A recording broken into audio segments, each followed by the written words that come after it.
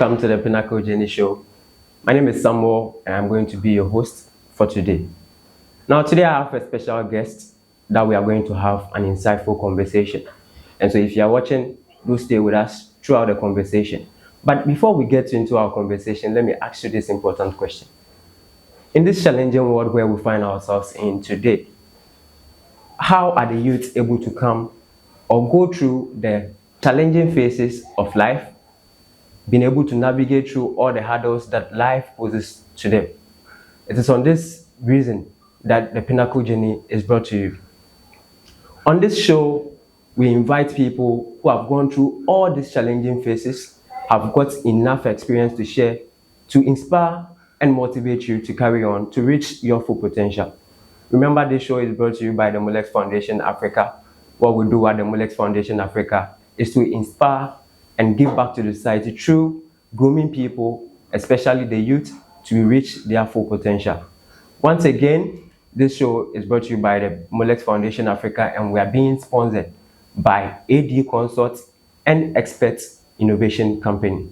And so if you're an organization and you are watching us and your goals align with what we are doing, we humbly ask you to come on board. Let's sit down and see how we can partner to groom young people in the society, because we believe that grooming young people is the way forward to making the society a better one for us all. Now we'll go into our conversation, or I'll invite my guest for today. But before we do that, let's go for a quick commercial break. And when we are back, we'll get into the conversation. Don't forget that we are on Facebook, we are on LinkedIn, and on X at Molex Foundation Africa. You can also read on us at www.molexfoundationafrica.org. In fact, we've been doing a lot and you need to hear about what we are doing. And so get in touch with us. Let's get interactive and inspire the next generation.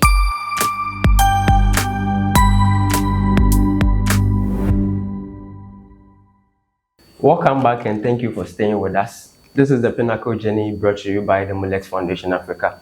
My name is Samuel and I'm going to be your host for this particular edition. And like I said, this show, we don't just invite people, but we invite people that you're able to connect with them because they share the same story that you share. And so with that, you're able to compare it to yours and navigate through the hurdles of life. My guest for today is a lecturer at the University of Cape Coast. He is at the Department of Physics, and so I guess he should have high expectations, and he has got a lot of information, a lot of knowledge to share with us. And so stay with us through the conversation, and please do subscribe to the channel. Share this conversation with others that will find this interesting to watch, and through all of these things, we'll be able to create a meaningful society. My guest for today is Dr. Francis Nkrumah. Doc, thank you so much for being on my show. Thank you too. In fact, being able to have you today on my show is such a great honor because you've managed to give us some time out of your busy schedule. And this shows how committed you are to impact the society. And to me and my viewers, we are so much grateful. Thank you. Thank you. Yes. Doc, in fact, I believe you have a lot of information to share with us today. And so my viewers are having high expectations. But before we get into our conversation, we need to know you more. And so, first off, who is Dr. Francis Nkrumah? Thank you very much for this opportunity. So I was also glad to have you call to come around and then have a chat with me. Yeah, so we all want to make the future better for the younger ones. So it's a very good opportunity. Yeah, so I am Francis Nkrumah. Okay. Yes. I'm from, I would say I stayed in Cape Coast most of my life. Okay. Although my mom is from somewhere in the Volta region, but she has also stayed in Cape Coast, so I'm more of a Fanti. My dad is a Fanti. Oh. Yeah, so I've been Fanti all my life. Yes. So like I said, I grew up in Cape Coast and I schooled in Cape Coast. Okay. And so I started my education from some KG primary somewhere around Cape Coast that I can't even locate them again. That's so many years ago. So many years ago. Yeah, and then I continued my journey through the GSS and the University of Cape Coast GSS. Wow. Yes, and by God's grace, I had the opportunity to go to Mfantsipim. Wow. Yeah, so I attended Babuchi. Mfantsipim and MOBA, proud MOBA. Yes, and then I came to the university, and yeah, mainly that is me. We are two brothers. Okay. Yeah, and I'm the first. Just there. Yes, so we are just two. The other one is there. I'm the first, and I think mainly that is me. Sure. Mainly Sure. that is me. Yes, so if you are watching, I am glad and I believe that you've gotten to know Doc. And so we are going to get into our real conversation for today. And I believe he has got enough to share with us. So stay with us throughout the conversation.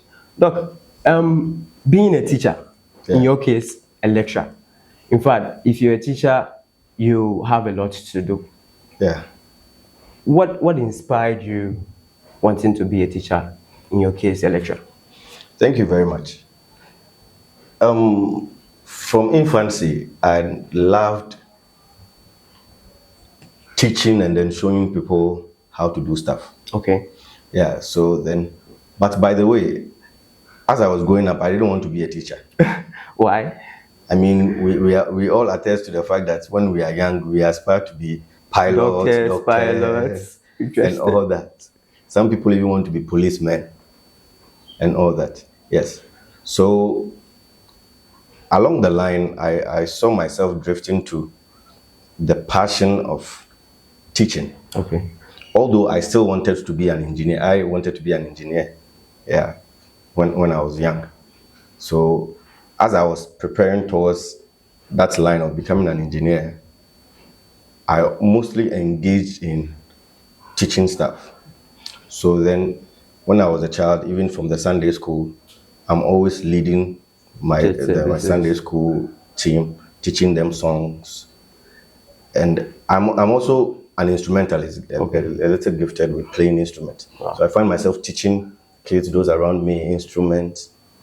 And then I went into singing, and then I'll find myself teaching people how to sing. And it looked like I was able to handle the People, teaching. managing people. Yeah. So it's like the passion for teaching was within. Yeah. So although I wanted to be an engineer, I saw myself drifting to teaching, and I loved teaching.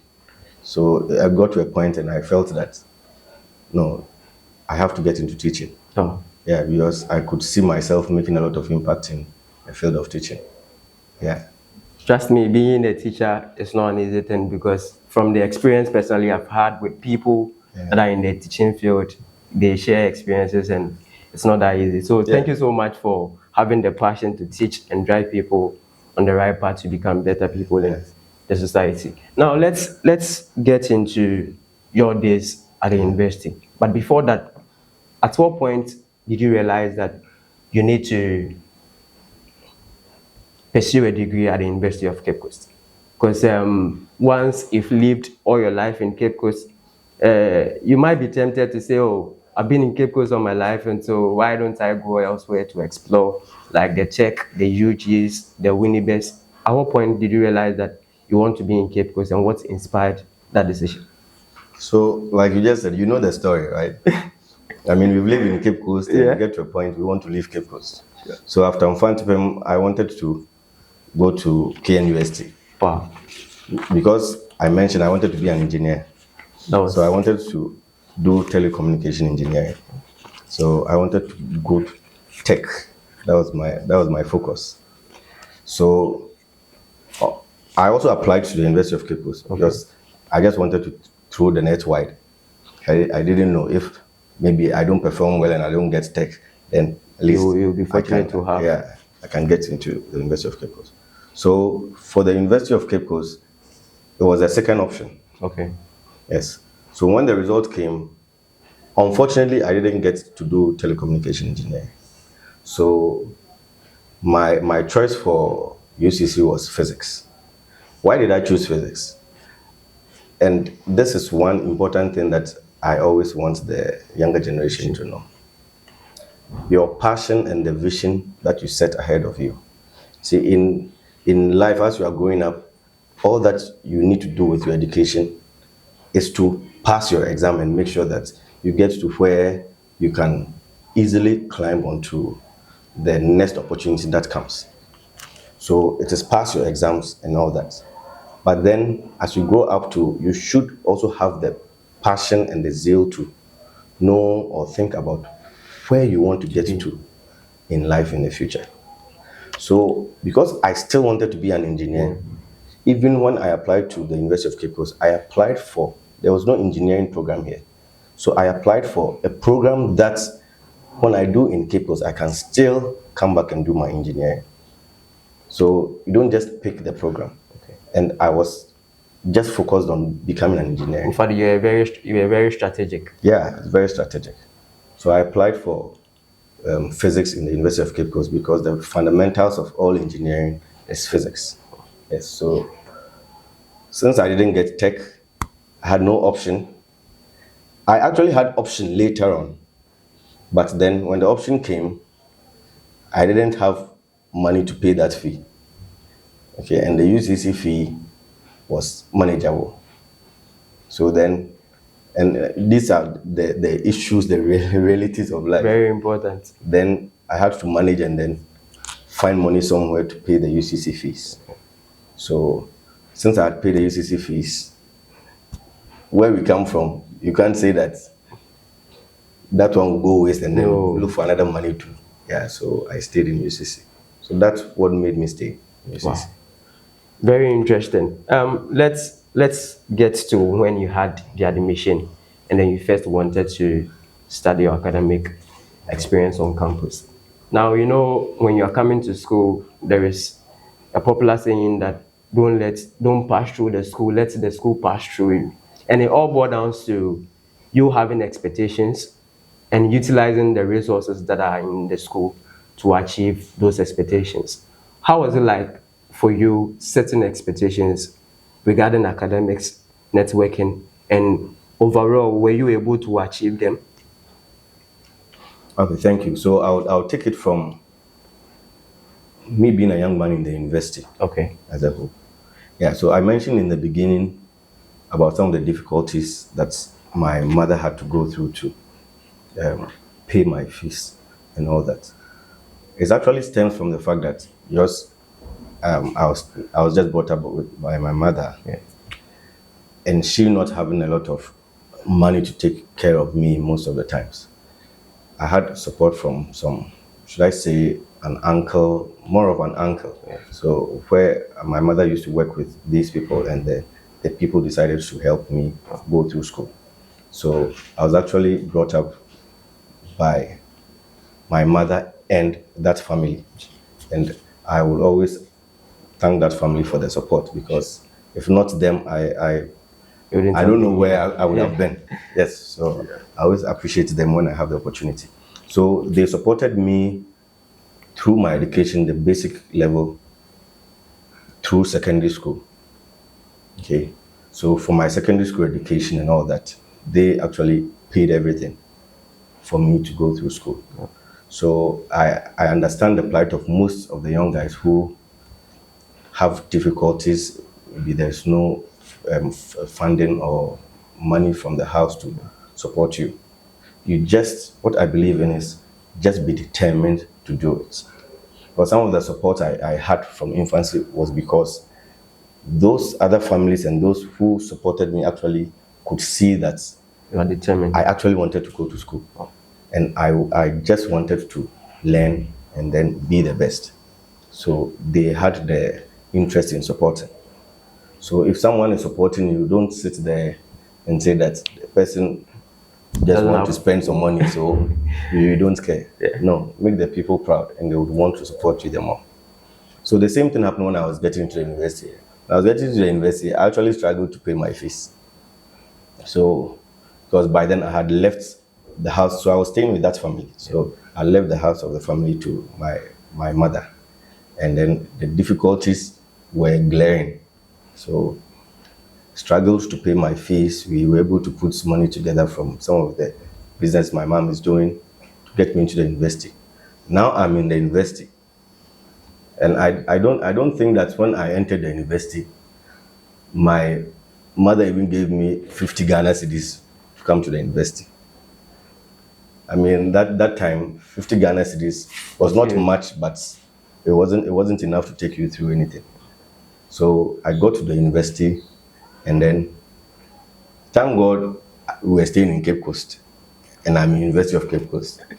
So the struggles were glaring, but if it becomes so hard, I'll just find a way to go home and then go and eat my small banku or my small gari and then come come back. back. Yes, because I couldn't afford the rice, the fried rice, and all these things that we were eating in school. And also, I think my roommate was a little okay, so he supported me along the line. Yeah, so the challenges were glaring, especially financially. So along the line, I had to apply for student loan to take me through the journey. It wasn't also coming on time, so most of the time you have to go and look for money. When it comes, then you use it to pay. Yes, so the struggle was real. Yeah, so then we go to the university. There were times that we had to go and then see if the church can even support you, pay your hostel fee or pay your school fee and all that. Yes, but the thing was that I was determined that whatever happens, I have to finish the university with good grades so that I can be where I am. All those who were helping me, if I am where I am, I can help them back or I can pay them back in one way or the other. So the challenges were hard financially. The other part had to be academic. Because I was determined, even when it was hard to understand, Still have to I find still out. have to sit up and then learn. Because I was so determined that in my class, when I go to the lecture hall, I'm always sitting in front. If there's supposed to be any reading, I want to be the first person to read. If it is group discussion, I want to be part of the lead to discuss, because I was I wasn't ready to be at the back. I wanted to be at the front. So that zeal, that passion pushed me. And also always looking behind me. If I go home, if I don't have money to eat and I go home to eat the food at home and I'm coming back, I'm like, I can't finish the university and then still be in this condition at home. So some of these things and the encouragement I was getting from my mother and the people around me, so it helped me through most of the challenges. Wow. Yeah. Doc, being through these challenges, being able to navigate your way through some of these hurdles, and now being part of an organization that is into giving back to the society, helping the younger generation to navigate through some of these challenges. How did it start for you being a board member of Mullet Foundation Africa? So thank you. So the first time Mullet Foundation Africa was introduced to me, Okay.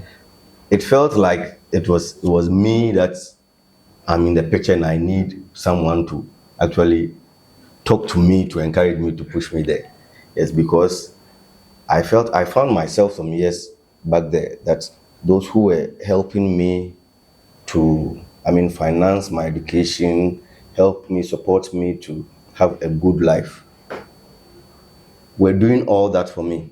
Because if they were not doing that, at times I could feel that my mom would have given up because she didn't have some. Okay, but all those people would be like, your child is smart.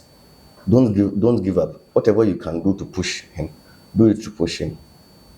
So when I got to this position, I felt that a lot of people are also going through something similar, that they don't get the push and then they give up. But they are smart, they are intelligent people down there. So the first time Mules was introduced to me, I was like, fantastic. It didn't even occur to me that we can come together like this to support people in that way. Okay. And I am fully into the idea to give to people. So I grabbed the opportunity the first time I heard about it, and then I was along the line made a board member of. Wow. I accepted it wholeheartedly because I wanted to You give were back to the poised society. to also give back. I want the young ones to learn and get encouragement on how to be able to hold up be tough, stand up against the challenges in life, and then also come out to be who they want to be in future. Now, Doc, let's come to Molex Foundation Africa. Practically, what is the organization doing to help nurture these young people to achieve their full potential in society? What mentoring are they giving to the younger generation? Yeah, thank you. So Molex Foundation Africa, as its motto says, is giving back to society. So all forms of giving back to society is our priority. We have, based on that, decided where we think that the society can benefit most. And we know that the future of the society is dependent on the young ones. So Molex Foundation Africa is bent on making sure that the young ones have the skill, the knowledge, the mentoring that they need to be able to find the right path to toe, so that they can have a better future. If you look at our country, for example, we always say that the future is for the younger ones.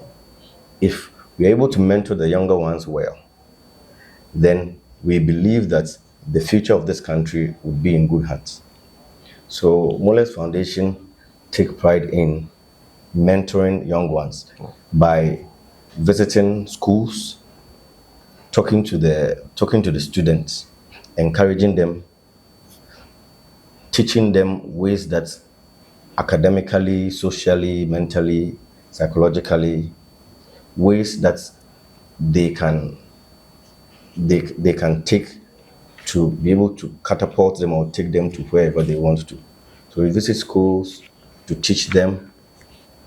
We also organize programs which will be beneficial to the younger ones in one way or the other, to build them to be who they want to be. So career guidance programs, mentoring programs, gender programs, girl-child education programs, and all that, so that the student would have access to a lot of materials and information as to what they should do to take them to where some of the great people that they aspire to be are. Yeah. Now, let's look at what you've been able to achieve so far. The recent one, if I recall, was the Shiro's STEM. I believe it was very successful, looking at how people were participating.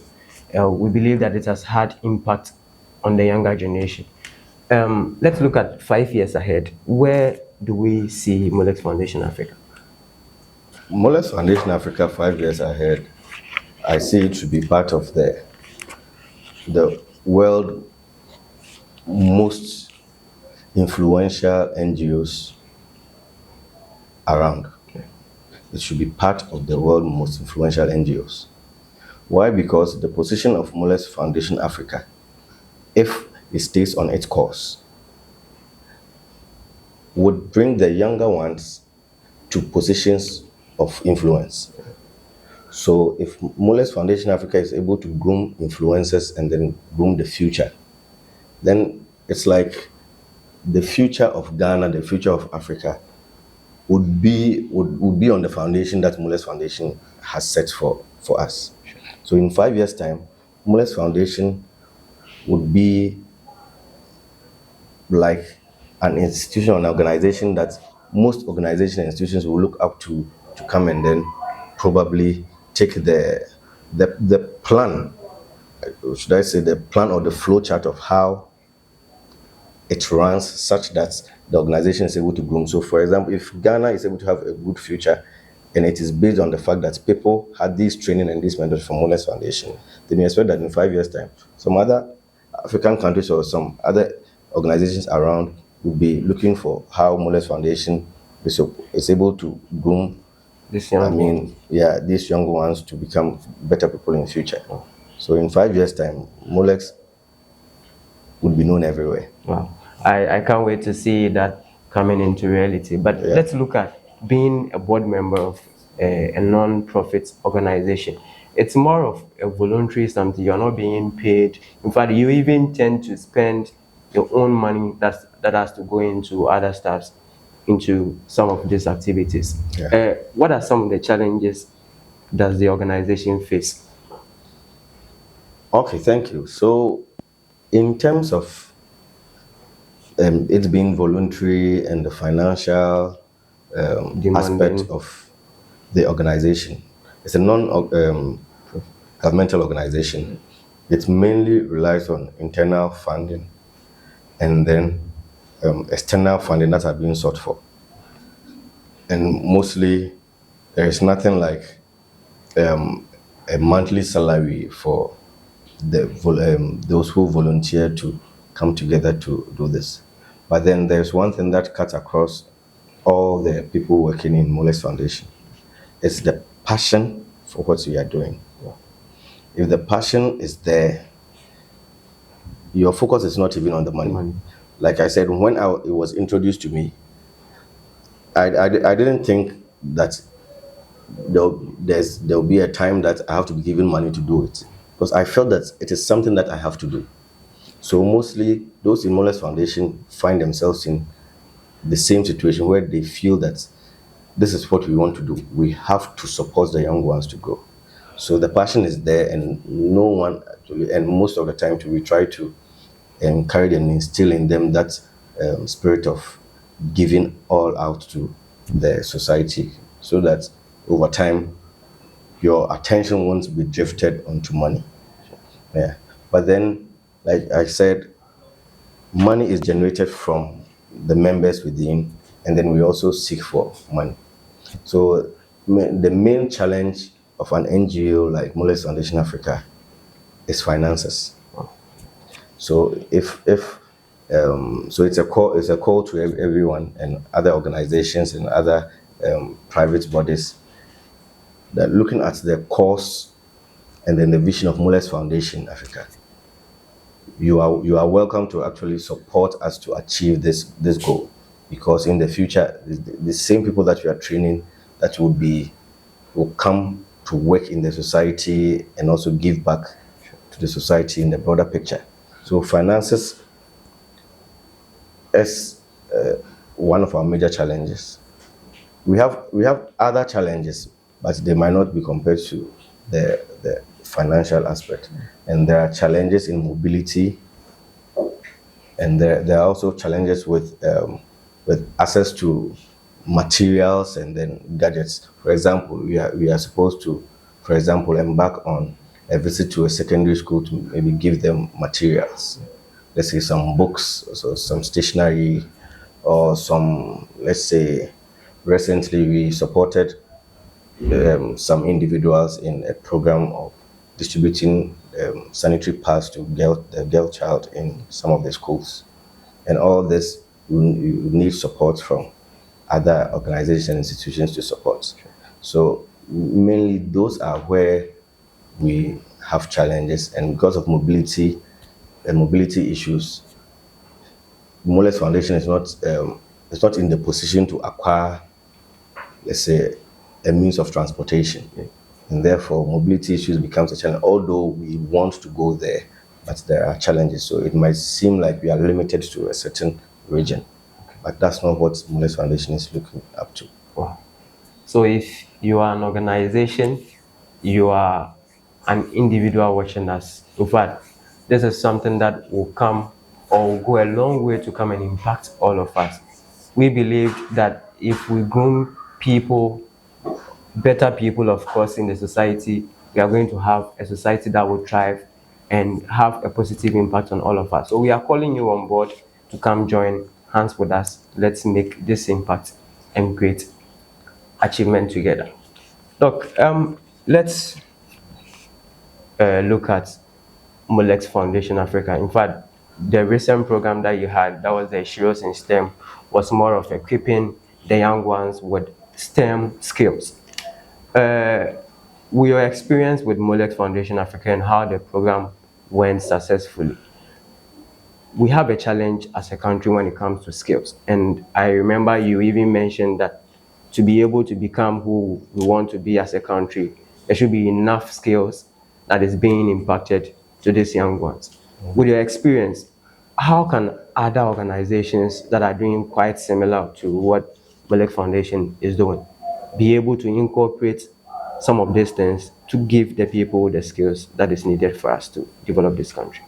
Yeah, thank you. So the STEM program that we organized recently, Yeah. that the Shields in STEM, Yeah.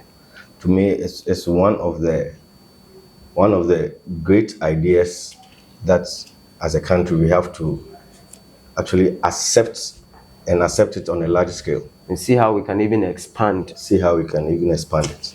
So Shields in STEM is to train a girl child in robotics and artificial intelligence. The world in which we are now is more of artificial intelligence world. So a whole lot of new things are coming where computers and then machines are doing everything.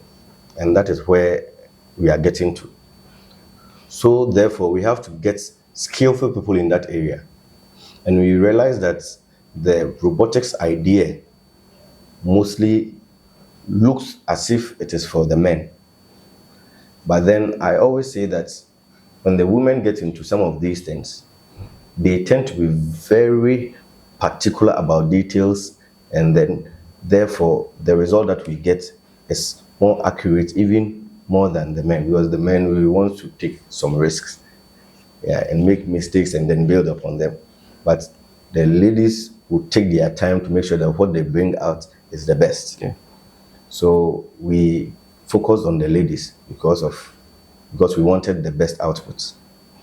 So in the future, or looking at the future, since that is where the world is, we would want to see most organizations in this area coming together and then having a platform where this kind of knowledge would be given to more people so that we would have experts in this area. There shouldn't be a point where we would say that because there are no experts in AI and robotics, we are going outside to bring white people here. Fine, the white people will be coming here.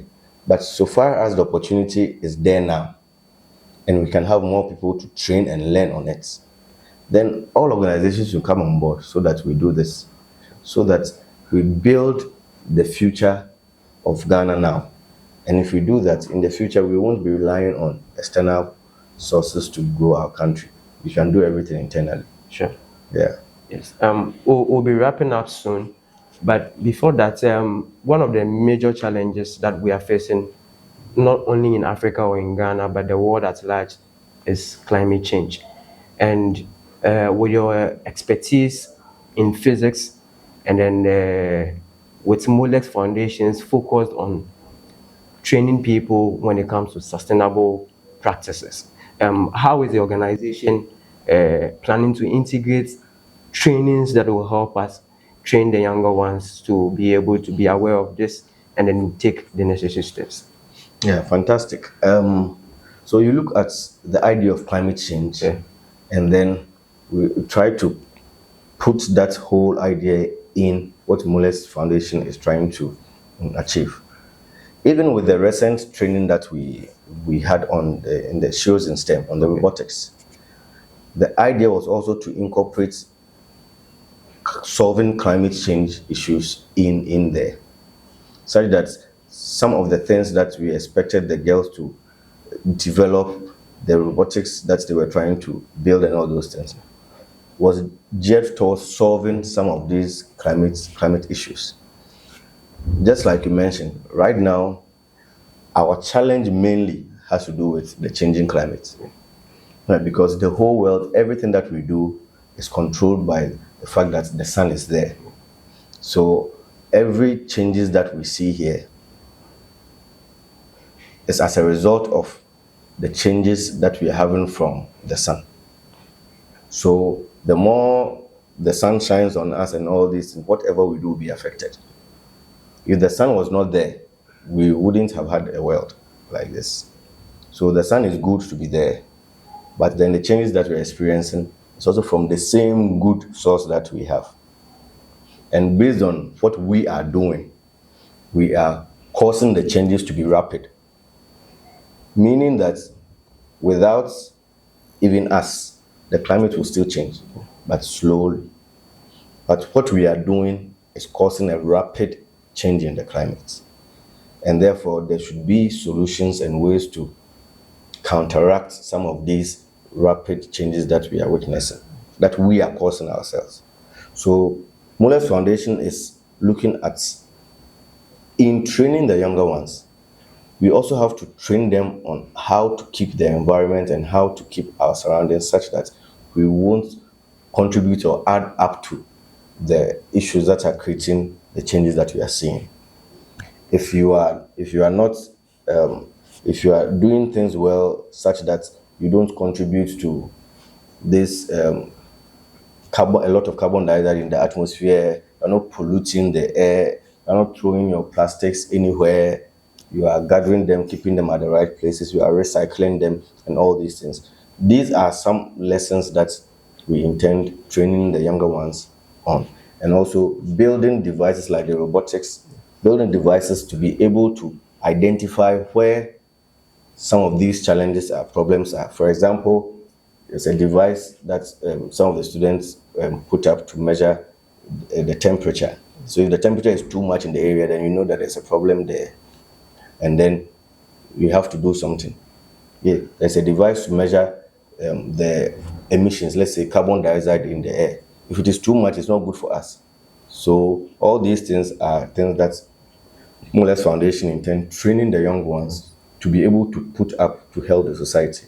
So Muller's Foundation is considering climate change in all aspects of its endeavors, so that at the end of the day, we equip you with the skills to be who you are, and then also equip you with what you need to also safeguard our earth. Yeah. Wow, this is very interesting. And when we look at some of the things that we do that causes the climate change, one of them is agriculture. And so we look forward to seeing Molex Foundation Africa also partnering with some agricultural organizations to give trainings to the younger ones in that regard. Doc, let me give you a minute or two to share with us, to my viewers and everybody that is watching, uh, a word or your final words in how we'll be able to navigate all the challenges that life poses to us as youth and still be able to reach our full potential in society. Yeah, thank you very much. So I would want to use this opportunity to tell the youth or the younger ones something. And it's that whatever you put your mind to doing, whatever, I should repeat, whatever good thing you put your mind on to do it with all your might. If you find yourself or you identify that you are good at even reading, read with all your might. If you are good at talking, talk with all your might. The point I'm trying to make is that people around might say that you are not good, or people might say that you are doing it too much, or people might say that what you are doing will not take you anywhere. If you feel within you that what you are doing is good, then do it with all your might. The future that lies ahead of us is in your hands. You can make your future, and you can also unmake your future. If you put your mind to anything good that you want, this is what the path that you want to take.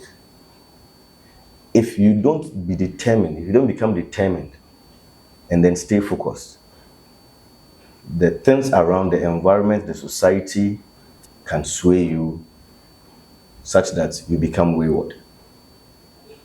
But mind you, every step that you want to take, everywhere that you want to take, you want to get to, it starts with the step that you have to take.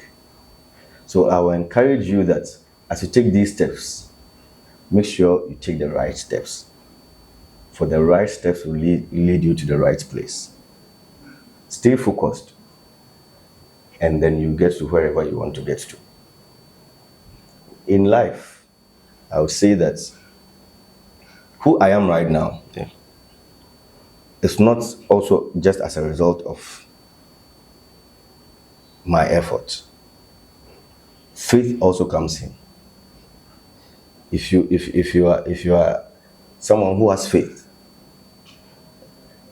I don't want to say if you're a church-going person or if you're a Muslim or whatever you believe in. That's why I said that if you are someone who has faith, I believe in God, and I know that God plays a great factor in where I am now. So as you are determined to get to where you are, your faith is also very important to lead you to wherever you want to get to. So add faith to your determination, and then you'll be who you want to be in future. Thank you. Thank you. In fact, my take home is that whatever good thing you put your mind on, do it with all your heart. What is your take home? Share with me in the comment section. Doc, thank you so much for having time to speak to us. And my viewers have enjoyed our conversation. They are inspired, and in fact, they are going to take new steps to reach their potentials, depending on looking at what you've shared with us today. And so we are so much grateful for having you on the show. Thank you. Thank you too. This is the Pinnacle Journey Show brought to you by the Molex Foundation Africa. Thank you so much to you that is watching us and being able to stay with us throughout the conversation. We are so much grateful. In fact, we are on LinkedIn, we are on Facebook, we are on X, and then we're also on IG. And so connect with us. Let's impact the society together. You can also search us on www.molexfoundationafrica. Connect with us and learn what we are doing and see how best it can also come in to make this a reality. My name is Samuel once again, and I did this particular show. Catch you in our next conversation.